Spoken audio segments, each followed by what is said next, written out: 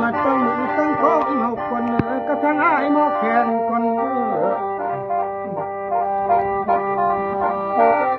โสมาไตวันเนื้อสิมาเคอคนโสมาไตวันเตอที่ไล่ทางท่าพังคนงา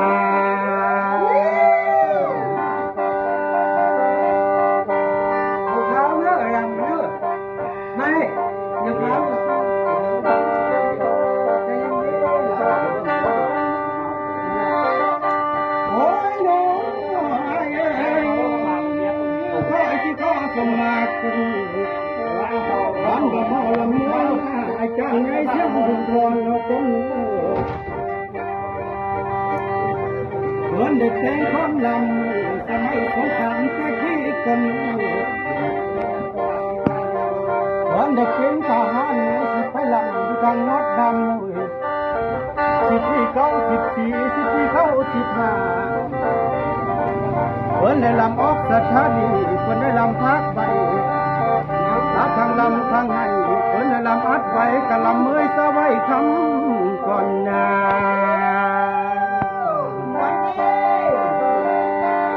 ธรรมดาคาเสียโอ้ยน้อละยังเอ้ยการสมามาหดสันนี้แล้วโนว้าวใส่ลำสิปาดขนาดเดืองคนที่เทืองเสื้อเศร้าเบียงทองคนนี่เลยลำเสื้อทนที่งองที่เศร้าไม่พันคนรู้คนว้าวใส่ลำก็ยังบ่ทันหูมาลำดูนี่อันบักควยเล่เจ้าอันบักกันกับเขากะลำอินตั้งย้ายดอกนา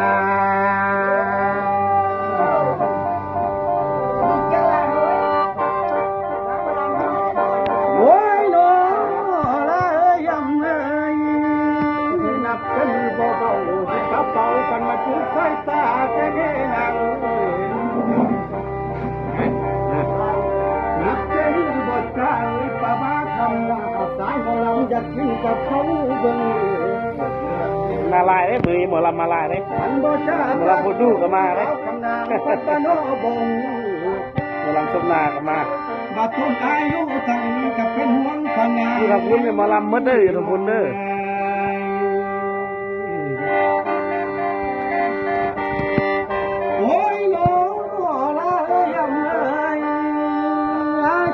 ปากเราที่ขาดต่อความจริงคนบ่าวใส่ลำก็เบาจริงแค่แล้วนางอันบัดต้นทิ้งสายนี่นับแต่เกิดเป็นคนมา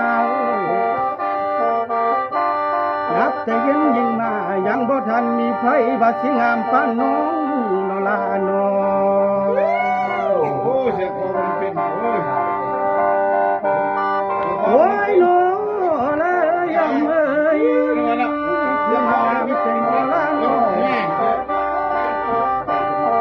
มายัดเป็นหอกระจังข้าวทั้งเรื่องเป็นบ้านบัดเมืองเลี้ยงทองต้นขิงงองามขั้วมูเป็นหอเศร้าไม่ผันบ้านคนหูเฮาบ้านบัดต้นขิงสายมอลำมันคุ้งนี่นาที่หายแล้วที่ยังตึงบอกเขา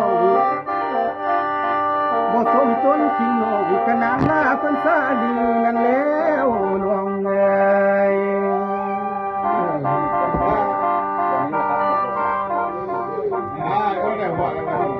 โอ้ยโน่เลยยำเลย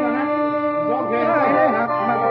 นับแต่พ่อแม่น้องยังกินแค่นขัวอันบัดต้นจริงน้องยังเงียนหัวที่ยันย่างไปหนาอยู่เน่นางอันบ้าเบาใส่ลำนาที่ได้หักมักนางนับบ่แม่น้องนั้นยังถือป่าที่ทำนาอยู่เพียงมักโบเกี่ยวเข้าอยู่นี่สายหมอลำนี่นาที่ได้หักมักเจ้าและเห็นอยู่บ้านกบข้ามเมื่อมามักกินตอนเผาหายเลยมักเจ้ากะข่าวนั้นโตมา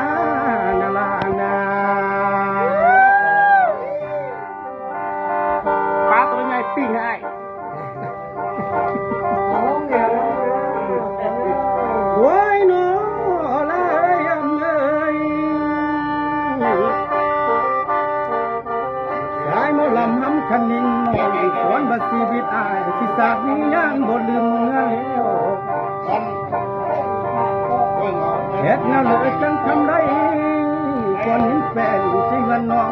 ร้อนควงเอาควายได้แก่ลุงกะสูงเด็ดดาเลยจังทำได้ก่อนหินไหลที่เป็นร้อนควงหัวสร้างทำมาก่อนก็สร้างคือก็อายบอกของได้ห่วงพนางแล้วลอง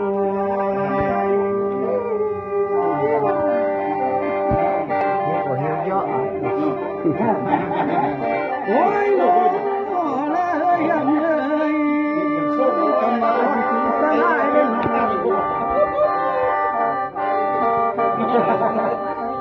อยากให้หวมเศร้าไม่พันเบื้องดี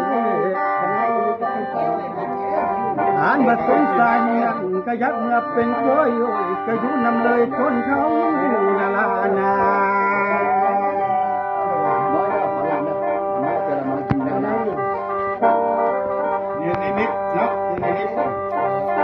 โอ้ยน้อ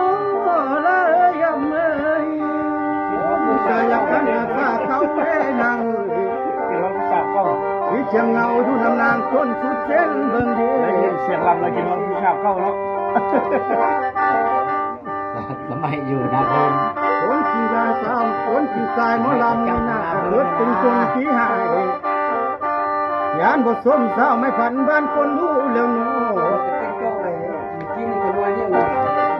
ยานแต่หยดบ่ซึ้งเจ้าแล้วคนคืออายันบ่สมเจ้าเล่นางโอ้ยน้องละเอ้ยเอ้ยยานแต่หยดบ่สมแล้วสาวไม่พันคนงามที่เปิ้นซาลือลำใครจะนำคอยโตสิละเมอสิโจมาสุดเส้นนั่นแล้วลำไยกินแต่มะกล้วยเนี่ยสำมาคนก็สั่งบ่สมตัวเต้นน้องกับคนลาอยู่เฮือนนางแล้วน้องเอ้ยเว้ย